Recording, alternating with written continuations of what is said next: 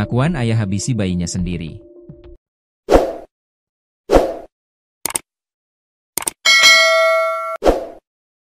Cemburu curigai istri.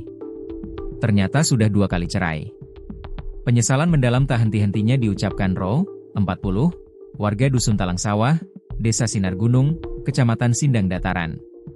Petani itu hanya bisa menundukkan wajah setelah mengetahui perbuatannya menganiaya bayi kandungnya berinisial H, justru menghilangkan nyawa sang buah hati.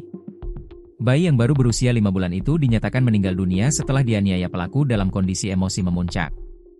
Tak hanya sang bayi, ibu korban berinisial UL, 34, turut menjadi sasaran kekerasan. Ia mengalami luka pada bagian mulut setelah dipukul suaminya saat pertengkaran hebat terjadi di rumah mereka. Kepada tribunbengkulu.com, Ro mengaku hilaf suaranya bergetar saat menceritakan kembali detik-detik ia kehilangan kendali. Pelaku menyebut rasa cemburu dan kecurigaan yang tak berdasar membuat pikirannya gelap. "Saya menyesal sekali, hilaf terbawa emosi," ucap Ro sambil menundukkan wajah. Diketahui, UL merupakan istri ketiga pelaku. 2 pernikahan sebelumnya berakhir dengan perceraian. Dari pernikahan ketiganya ini, Ro dan UL memiliki 2 orang anak, termasuk bayi H yang menjadi korban. Ro mengaku sangat menyesali perbuatannya yang telah merenggut nyawa darah dagingnya sendiri. Ia berulang kali menyampaikan bahwa emosinya memuncak hingga tak mampu mengontrol diri. "Saya tidak menyangka bisa sampai seperti ini. Hilaf Pak," tambahnya dengan suara pelan.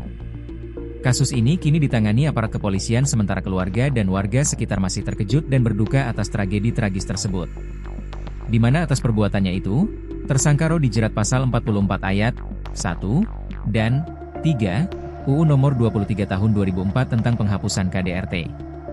Pelaku terancam dengan ancaman hukuman maksimal 15 tahun penjara. Pelaku juga telah ditahan di Mapolres Rejang Lebong untuk proses hukum lebih lanjut. Seorang bayi berusia 5 bulan, berinisial H di Kabupaten Rejang Lebong Provinsi Bengkulu, meninggal secara tidak wajar.